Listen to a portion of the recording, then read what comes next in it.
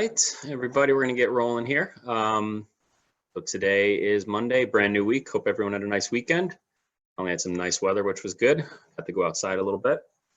My park next door open, which is great. Today we're going to be talking strength training protocols and some common form mistakes at the end. We're going to go over some squats and some vertical presses and some common mistakes that might happen during those lifts. And in the first section of the training, strength training protocols, what we're going to be doing is basically looking at different ways of changing all those variables that we talked about in earlier discussions and how they might affect the outcome of the training that you're doing. So for those of you who have, full in-home gyms and stuff, and even with the workouts that we've been doing, it's different ways to change things to get different outcomes. So let's get rolling.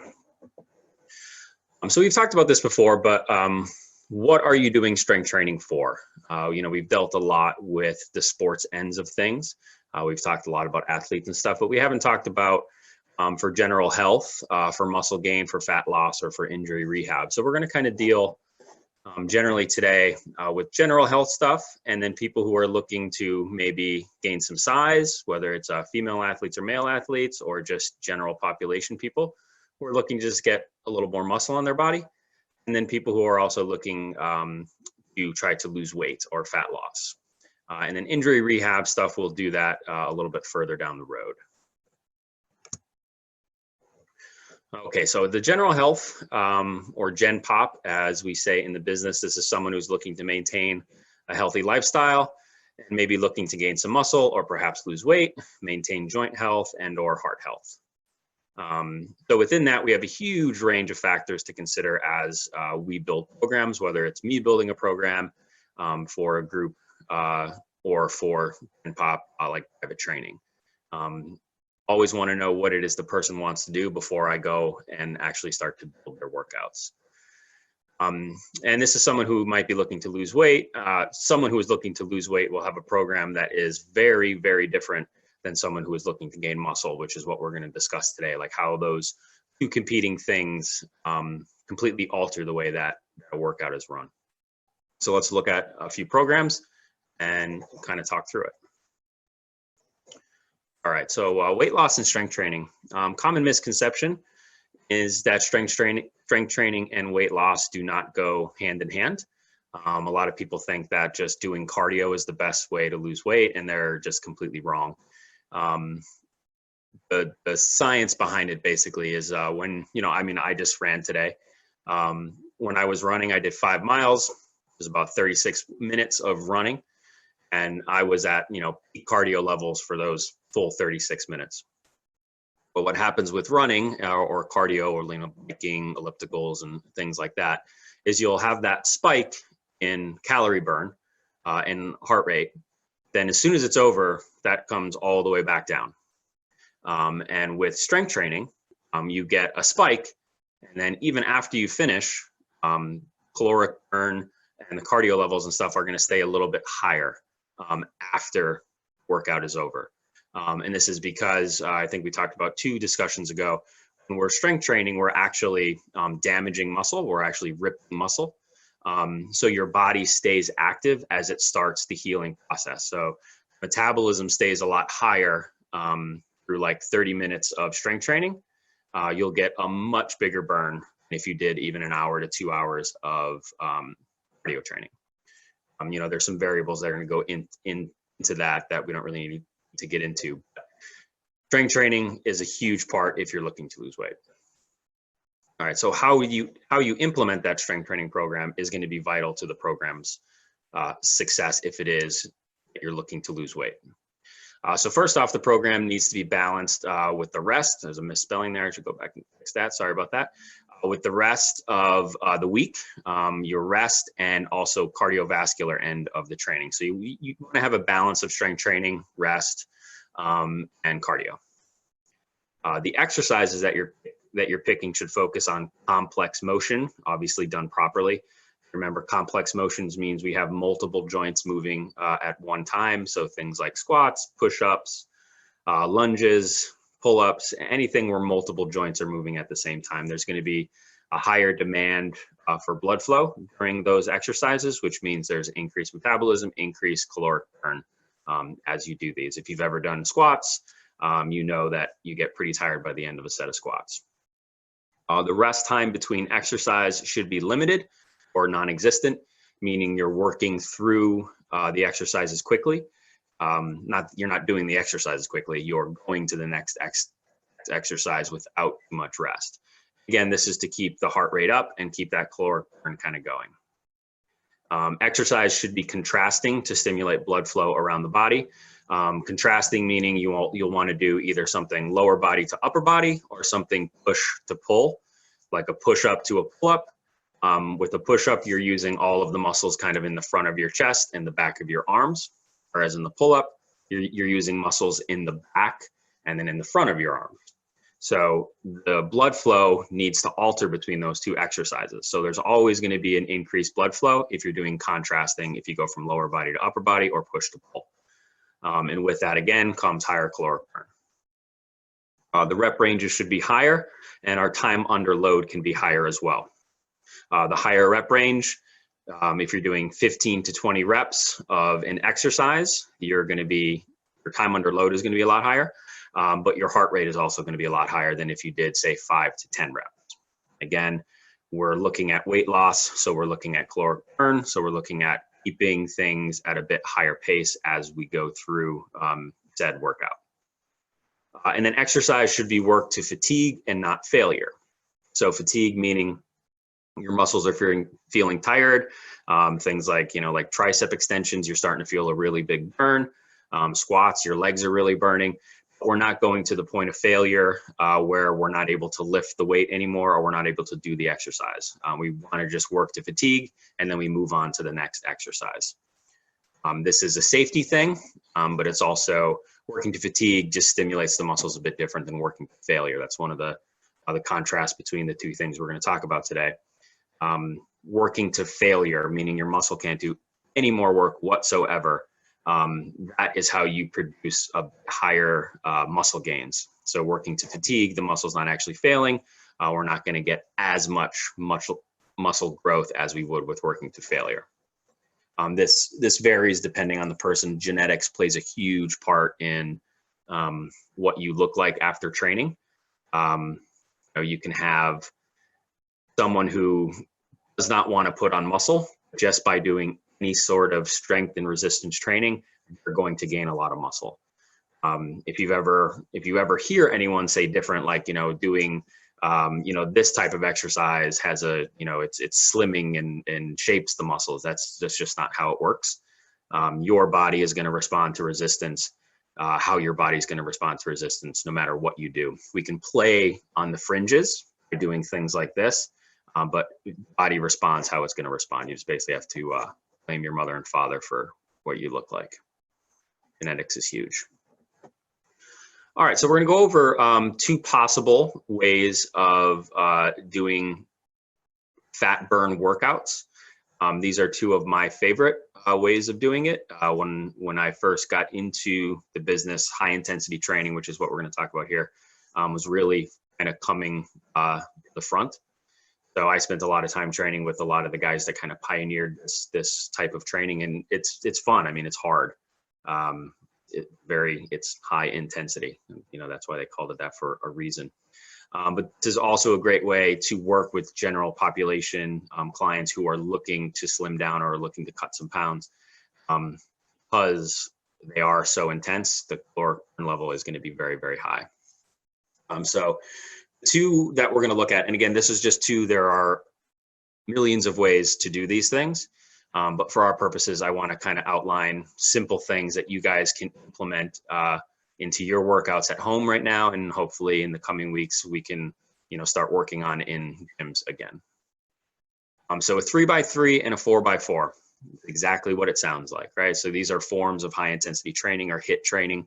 You might have heard that before on infomercials or at your gym, or if you work with a personal trainer or coach or something, you might say we're going through a HIIT workout today. And reps within a HIIT training can vary. So if you're working in lower rep ranges, you're going to be doing a lot more exercises. because again, we need to keep the pace pretty quick. You know, so if we're doing like 10 different exercises at 5 to 10 reps, it's going to be different than what I have set up here. But the basic concept behind it is lots of moving, lots of different exercises, or a lot of a particular exercise. The 3x3 and the 4x4 are both a lot of a particular exercise. So the 3x3 consists of 3 exercises done as a circuit with basically no rest. And then you're going three times through. It would basically be you set up the circuit and you finish that exercise, you walk to the next station, and then you immediately begin. So you're looking at 10 seconds or under in terms of rest. So an example of this, of something you can easily do in your own home. These weights are suggested. I just kind of have them here because I want to show you how the kind of weights would decrease. And as we go later into the workouts on the muscle gaining side of things, I take the weights out because it just gets a little too confusing. For this 3x3, I have it set up as a goblet squat, which we've done in our workouts, and we did talk about a couple weeks ago. So that's just when you're holding the weight in front of you and you're squatting straight up and down, right? So a goblet squat, push-ups, and then some pull-ups. And basically the way it would go, we'd start at, let's say, 100 pounds on a goblet squat. If you're able to do this weight for 10 reps, you would hit 10 reps at 100 pounds. You would immediately move on to push-ups and you would hit 10 reps. And then you would go to pull-ups, trying to get body weight if you can for 10 reps. We'd come right back around. Goblet squats at 75 pounds. Okay, so we're dropping a little bit, but now we're increasing the rep range. Now we're up to 15 reps, down to 15 push-ups, and then 15 pull-ups. Immediately right back around. We're dropping the weight again. We're gonna be very fatigued at this point. We've got 50 pounds for 20 reps, looking to get that 20 push-ups if we can, changing to assisted form if you can't finish all of the reps, right? And then going back to pull-ups, trying to get to that 20, using assistance with some bands. So that is like the basic. This is like one of the original HIIT workouts that they kind of came up with. If you do this right with these rep ranges, this thing takes about 12 minutes to do. It's really great if you're pressed for time. But again, it's great for caloric burn and for looking to lose weight type of workout. And of course, when they came up with the 3x3, everyone started doing this and kind of running through it. And they're like, let's maybe see if we can make it a little bit harder. And we went to the 4x4. So basically, the 4x4 is exactly the same as the 3x3. We're just adding another exercise and another round. Okay. So I have similar weights here, but we're just going to change them slightly. So we have a goblet squat, we have push-ups, pull-ups, and then our added would be a sit-up properly done with that nice core action that we talked about a few weeks ago. So goblet squats, we'd start again around that 100 pounds. We'd have 10 reps, 10 push-ups, 8 pull-ups, 15 sit-ups. Right back around, dropping a little bit, 75 for 12, 15 push-ups, assisted pull-ups for 12, 20 on the sit-ups, back around, 65 for 15 on the squat. We have 20 for the push-ups, 15 on the pull-ups, and then 30 on those sit-ups. And then lastly, we'd have 15 or 50 pounds for 20 reps. And I can tell you, having done this exact workout, 20 reps at 15 pounds after you've already done 37 squats is absolutely brutal. And then we'd have 25 here. Sorry, that's not there. I must have erased that for some reason. We'd have 25 on the push-ups. Again, you can drop to modified push-ups if you need to, followed by assisted pull-ups for 20. This is absolutely brutal, trying to get through, again, this many amount of pull-ups. If you have pull-ups, you know that they are absolutely brutal. And then finishing on 30 sit-ups. This one takes around 20 to 22 minutes, and it's an absolute killer if you're looking to get a real nice caloric burn going during any particular workout. All right, so now let's look at how that would contrast fat loss, calorie burn, someone who's looking strictly to just gain muscle or gain strength. Those are two different things, but the ways in which we train for them turn out to be very similar. So strength itself and muscle gain, like I said, are different. Strength is just your ability to push the most amount of weight, whereas muscle gain is just looking to get your muscles as big as they possibly can. And there is so much that goes into this. So much. I mean, if you just want to lose yourself for 14 days, just go to bodybuilder.com and drop into a discussion chat, and you'll have 500 guys telling you 500 different things. And of those 500 things, this is the only way that's going to work. And then this guy says this is the only way that's going to work. So at the end of the day, we talked about in, I think, first presentation is basically you just need to work harder than you did the workout before, and that's really what's going to make your gains. There is a person out there, and there's many people out there, who think that has to be a particular way or else nothing else is going to work. So like I said, when you're training for strength gains or muscle gains, there's many styles and concepts to play with. So we'll talk about a few here. So kind of the checklist, like we started with the fat loss section. Program should be balanced with the other variables in life: rest, cardio, cardiovascular work, and when we're going into muscle gain and strength gain, we need to look at how much are we doing on the other lift days. There's going to be, in like a straight bodybuilding, you're lifting 5 to 7 days a week. We're looking at strength, you're lifting 3 to 5 days a week. So you need to balance all of those things to make sure that your program is going to be successful. Exercises will be a mix of complex, again, multi-joint, and simple motions, single joint. So things like leg extensions, bicep curls, things like that. Sets and reps are going to vary greatly when it comes to this stuff. Generally, they're going to remain below 10 reps. And the reason for that is we're attempting to do as few amount of reps with the most amount of weight that we could possibly do. So we're not getting into that huge heart rate increase. We're not getting into that real big calorie burn section of things, because people who are doing this type of training are looking to keep as much energy in as they possibly can while getting the most out of their muscles. So it's a completely different way of looking at training than the things that we just talked about, like the 3x3 and the 4x4. It's all about just blowing the doors off and making you as tired as possible. And this is about getting the most out of a particular exercise or a particular muscle group, depending on how we have it set up. So rest time will also vary greatly, but generally you're looking at around a minute between every set. So these are the guys and girls who are in the gym for 2 to 3 hours a day. This is the type of training that they're more than likely doing. You see them standing around at the water cooler for a couple minutes at a time. Back in the days when we went to gyms. So most of the exercises are going to be to failure, and if they're not, the last set of any particular exercise is going to be done to failure. That's almost guaranteed when it comes to this type of training. Looking to get that muscle to get to the point where it's completely failed on a particular exercise unsafely. And there's a bunch of different ways to set that up. And then the workout setup is going to vary greatly. So we're going to look at a few different kinds.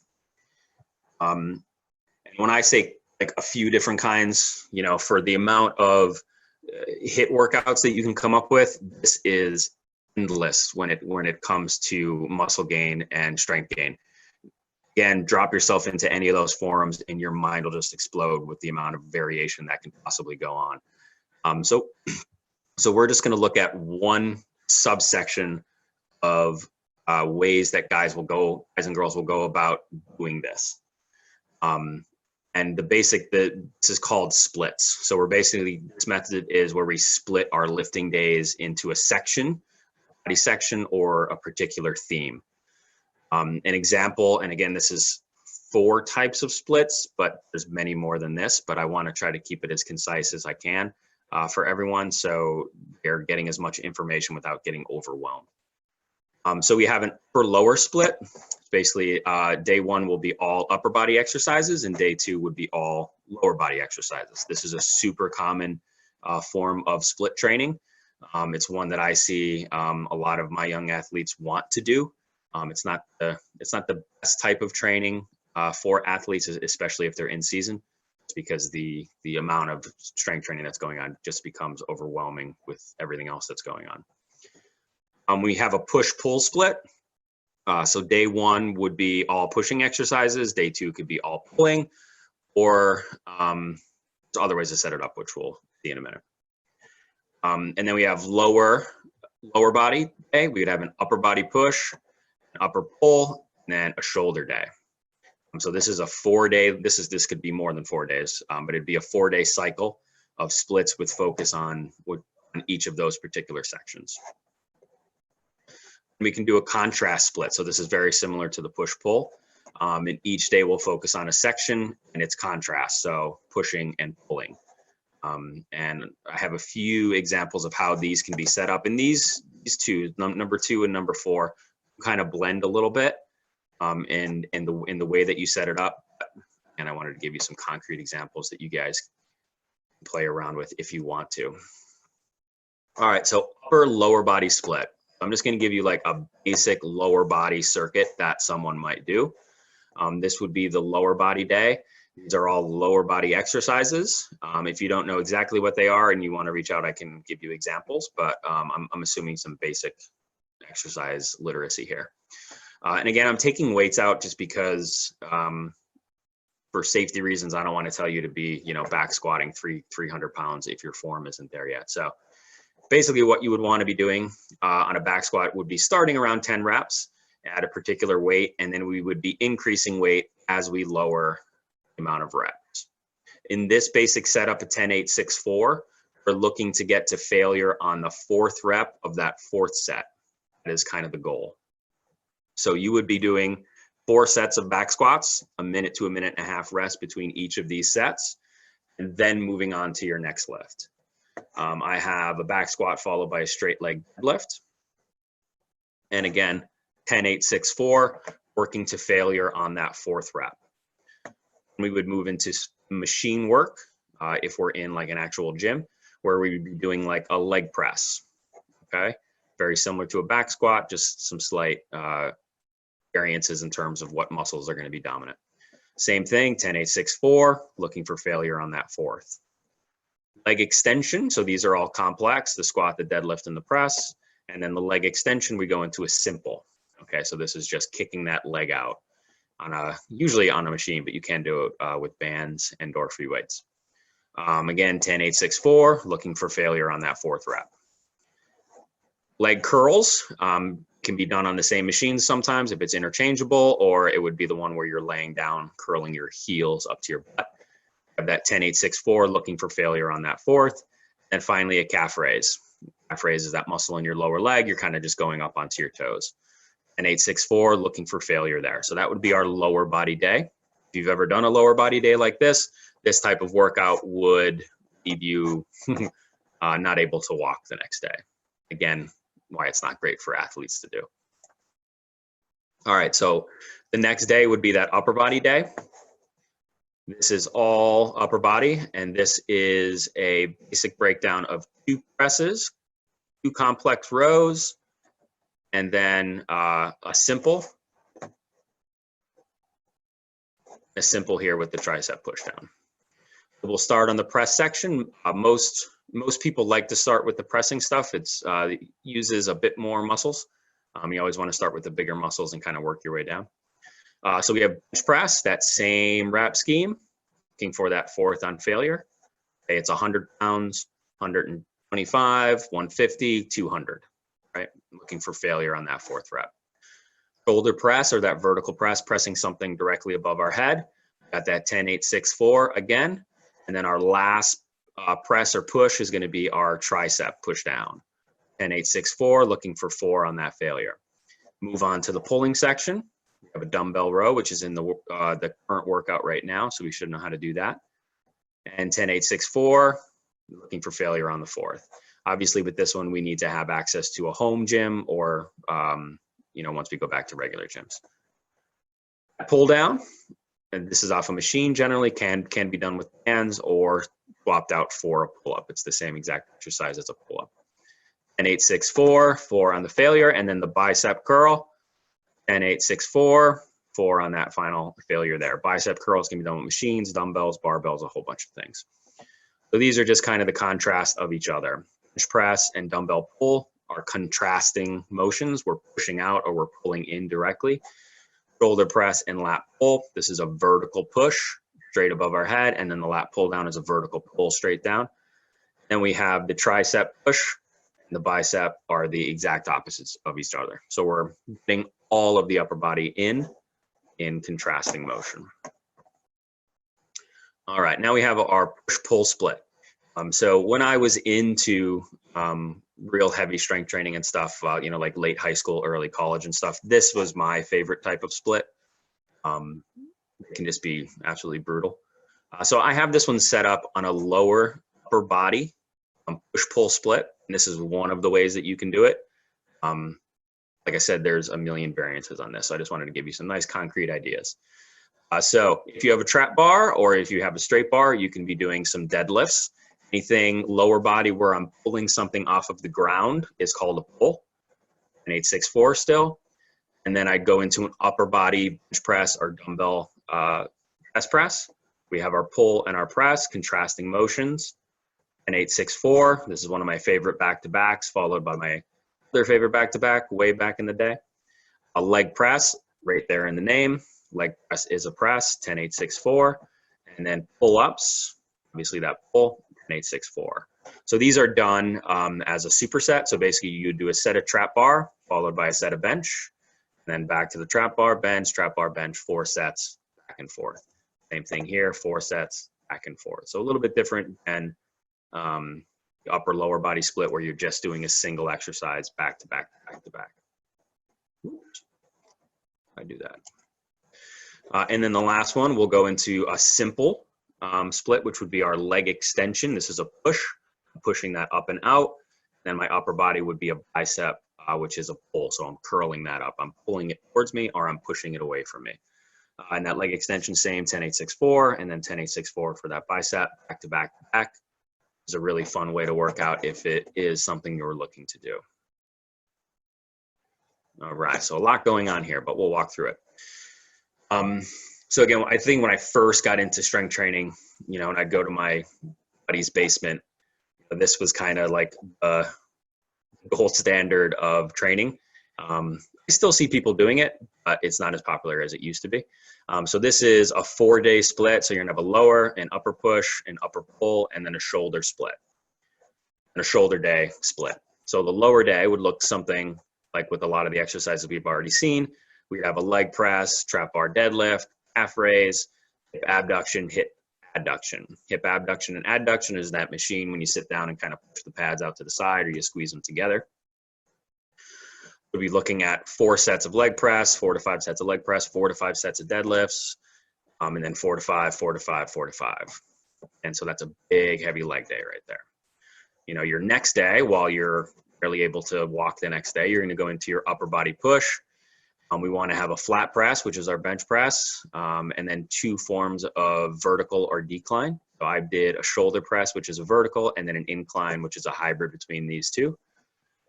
Followed by my presses for my simple exercises. We're going to be something like tricep push downs or skull crushers. That's when you're holding the bar and kind of bending it back to your face. It's the name. These are just 2 different forms of the same tricep exercise. We're just changing the position of our elbow in relation to the shoulder. And then the 3rd day would be our upper body pull. I have this as a mid row or a row on a machine where you're pulling directly into your chest. Followed by that lat pull down, that's that vertical pull. A pull over, some of these are set up as machines. You can do it with a dumbbell laying on your back, straight arms, dumbbell drops back, and then comes right up. Followed by the curl, and then I threw in some forearm curls here because there's not a ton of variations that we can do on biceps. And then the shoulder day, these are a lot of simple motions because within the upper within the upper push and pull, we have a ton of shoulder motion going on here. So generally the shoulder day was a lot of simple motions, just your shoulder moving. So a lateral fly, raising the dumbbells out to the side, anterior, raising them forward, posterior done with cables or bands, pulling straight back, external rotation for the deep muscles in your shoulder. And then saber draw is just another form of a posterior fly, just done on an incline. So this would be 4-day split. Most people set it up, they would go rest day after this, and then they'd come right back to lower body day. So say if it's a Monday, Tuesday, Wednesday, Thursday, Friday is off, you start back up on Saturday. All right, and then contrast splits. So one way to set this up, this is similar to the push-pull, but there's a difference in upper and lower body stuff. We'd want to do a lower body day.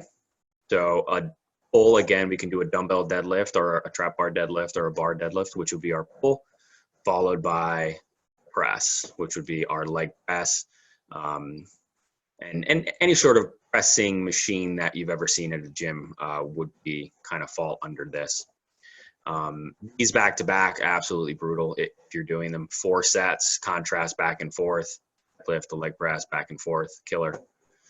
And then we'd have our simple exercise would be, went back to the leg extension and the leg curl. That's our push, that's our pull, back to back to back to back. Again, you're not able to walk the next day because you're so sore. And then day 2 would be an upper. So we'd have a bench press and a row, push, pull, and then lateral fly, pull over, simple, simple with the just the one joint moving. 4 sets, back and forth. And then day 3, we'd come back to our lower body, but we would change these exercises out for 2 different pull, or to 1 different pull and 1 different press. You run out of variances on this stuff unless you're a member of a really large gym where you have access to a ton of things. At home, this is probably not a great way to go because, again, you need tons of equipment and like a huge gym. It is another way to do it. All right, so let's move on to some form correction stuff. I know a lot of you are out there working from home, wondering whether or not you're doing some certain things right. So I just want to go over some key points about, we're going to cover 2 different exercises today, and then when we come back to this, we will look at some more exercises as the weeks kind of progress, because I do want you guys to make sure you understand what you're supposed to look like, and what the exercise is supposed to feel like, so you're not getting hurt while you're not able to work with myself or my staff or whatever gym you're currently going to. All right, so squat. So we've talked about a couple different forms of squat. We have 3 variations here. We're not going to look at this one because this is not something that I think is too healthy to do. I couldn't find a picture with this guy cut out. So we have the front bar position, which is that bar racked up on the front of our shoulders. And we have a back bar position, which is that bar on our back. This would be our goblet squat.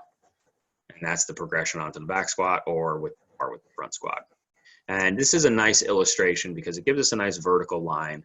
When I'm looking at someone from a lateral position, so when I'm coaching form, or if you're watching yourself in the mirror, if you guys don't have mirrors or anything that you can use in your house, I recommend using your phone or your iPad and actually filming yourself. And that way you can kind of go back and you can refer to this stuff.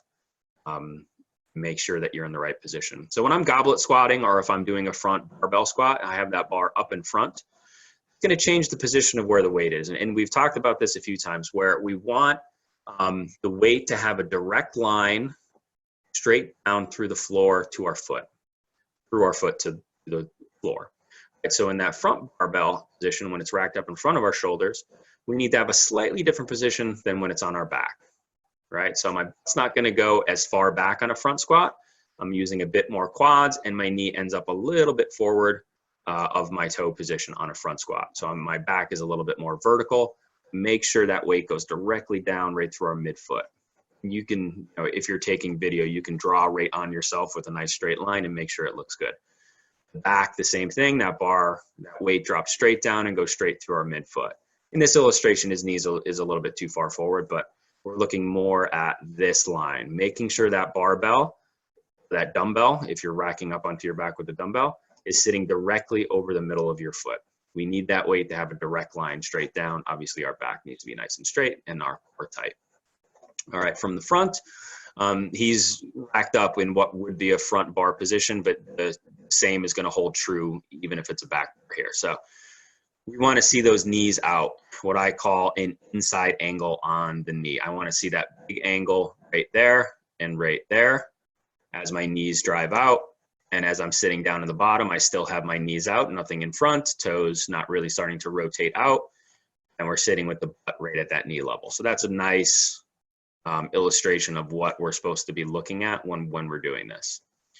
So if you're filming yourself, first set, film it from the side, second set, film it from the front. You get a good sense of kind of what it's supposed to look like. So let's look at some bad form. Bad form. Two of the most common mistakes are going to be here and here, and that is the rounded back position, right? So we don't want to see this. Again, with this weight pulling down here, coming straight towards the floor, if my back is arched, all of that pressure is going to sit right there, okay? Which we don't want. Contrast to that is I have too much of an arch, so my belly is going to be all the way down here, and then again, that weight travels and sits right in that section of where the spine is bent, okay? This is pretty good form over here. All right, let's get that out of the way if we can. Very good. So the next most common problem with the squat is going to be our knees dropping forward. This is the most common things that I see, especially in teenage boys.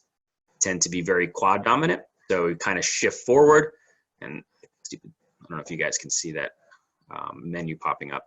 Okay, so you can see in that first photo, her knees are way out in front of her toes. And if you've ever done squats and your knees start to hurt, that's exactly why. All right, this is that proper position, butt is more back. Knees are just right on the toe line. Our bar is racked on our shoulders, let's say. We're sitting right in the midfoot, so that's a great squat. The last thing, if we're barbell squatting, if you're barbell squatting at home, one of the things that nobody takes into consideration is our head. And this is very important. We don't want to be looking straight ahead. We don't want to be looking down, right? We don't want to have that chin tucked. We want the spine in the head to match the spine in the back, right? So straight through the ear, that bar, hips, everything is nice and lined. So you're kind of staring. I generally tell kids if they're in a rack against the wall, I want you staring at where the wall and the floor meet. And that's going to give us the proper head position. And now from the front view, when I came across this photo, I just had to put it in here because I've seen so many of this kid in so many gyms over my life. It drives me crazy. But we talked about in the proper form slide, the knees are out, right, in that nice inside angle. On this, we have an outside angle. We see that outside angle of the knee. This is just absolutely tragic. This kid is destroying every part of his body right here. Terrible. So if you film from the front, you don't want to see your knees on the inside or even neutral, right? We want to get that outside angle. And what that basically does is it makes sure that my glutes are engaged. I'm not just lifting with my quads. We want to get those glutes involved in any sort of squat. All right. And then look at a vertical press. So vertical pressing, I spend a lot of time on vertical pressing because I deal with a lot of sports that are upper body or overhead. So things like tennis, things like baseball, volleyball. So learning how to press properly is very, very important. Okay, so a few things we're going to look at here. This guy, our bar, same as when we're back squatting, right? We want that weight to have a way to get right down to the floor. So for him, we have his shoulders, his elbows, his wrists, straight down through his hips, knees, and then his heels. That nice straight line running directly to the ground. Okay, so this is a nice look at a side. From the front, we're in a neutral dumbbell press on this one. Feet I'd like just a little bit wider. When we finish, again, that weight is traveling directly down and straight through. So we wouldn't want these dumbbells out to the side or too close together. Okay, so that's kind of what it's supposed to look like. And here are some bad things. So if we're using dumbbells or if we're using a barbell, we want to make sure we have a proper grip width. If we're using a neutral grip, which is what we saw in this slide here, okay, so if I'm looking at this, doing it from the side here, obviously we want a nice close grip because I want to be in line with the shoulders. But this is a barbell. And basically what you need whenever we're working with barbells is we want to have vertical forearms. So the same thing, if I'm looking back at this guy, I want his forearms to be vertical, right? So if I'm looking at him from the side, we're straight up and down. That's number one, vertical forearm. Don't want to be out wide on a barbell or a dumbbell, right? Because then I'm just pushing the bar up and out to the side. And we don't want to be too narrow because when I get to the top, it's going to be sitting in the wrong position. The next thing, this is in the dumbbell position here. Right, so we're not at 90 degrees. Forearms are not vertical. So it's very hard to get that initial press straight up. And then you're going to end up in a position like this, where those dumbbells could come down and slam on top of your head. That's what this little arrow is trying to depict here. So we always want to make sure forearms are vertical as we push up. At the top, he's not quite as high as I'd like him to be. I like to see those dumbbells come together, but not bad. All right. Now from a side view, a few things to consider, whether it's going to be dumbbell or barbell. This is the no-no on this one here. We don't want the bar in front of us, again, because that's just pulling down and jacking on our shoulders and back. We want to be pushing straight up. Again, so we have that barbell, elbow, shoulder, hip, knee, ankle, heel, all in that nice straight line. That weight has a perfect escape right down to the ground. All right, and then finally, the no-no that we don't want to see if I'm looking at it from the side. Ironically, this is a guy attempting to show you how to shoulder press, but he's actually doing it pretty poorly. We can see right here, and especially at the top right there, we have that arch. So all of that weight for this gentleman, looks like about 50 pounds, comes right down his arms through his shoulders and sits right there, right? It's got no way to get down. He's seated, so it's got no way to get down to this pad because it immediately sits in that first curve, right? So whether I'm standing, this guy has a perfectly straight back here, we can see, or I'm seated, we want to make sure that we get rid of that curve, keeping that core tight and pushing that spine directly against the mat. Those are the things to kind of consider on these two exercises. Again, I want to cover some more, but these are the two that I wanted to go over today. So we'll finish up. If we got anyone's got any Q&A, if there's anything in the chat, I'll check it out. If you have any questions about anything we talked about today, I'll give you a few minutes to throw something in there.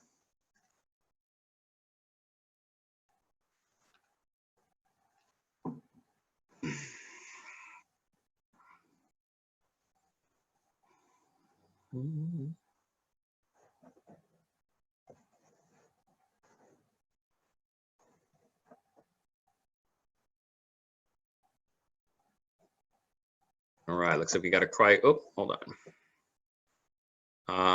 Robert was doing squats all wrong. Thanks for the tip. That's why I'm here, Rob. If you have any more questions, feel free to reach out, tim@centercourtclub.com. If you have any more questions about squatting, just let me know. Very important to do them properly. They can mess you up pretty bad. So that's why I got into this business, because I messed myself up when I was in college. So I wanted to really learn how to do this properly. So very, very important. All right, I'll give it one more second here. Quiet group today, that's fine.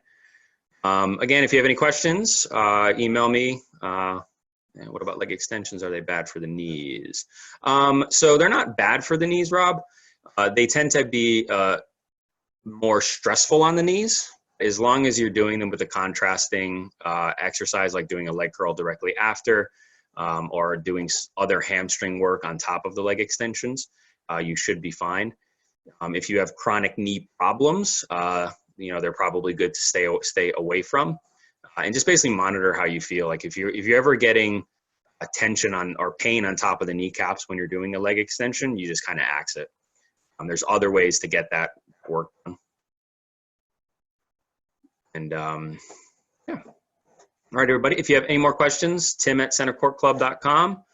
Feel free to reach out. And if anything else comes up, or if you have any ideas for topics that you guys want to hear about, I have the next few weeks still kind of planned out.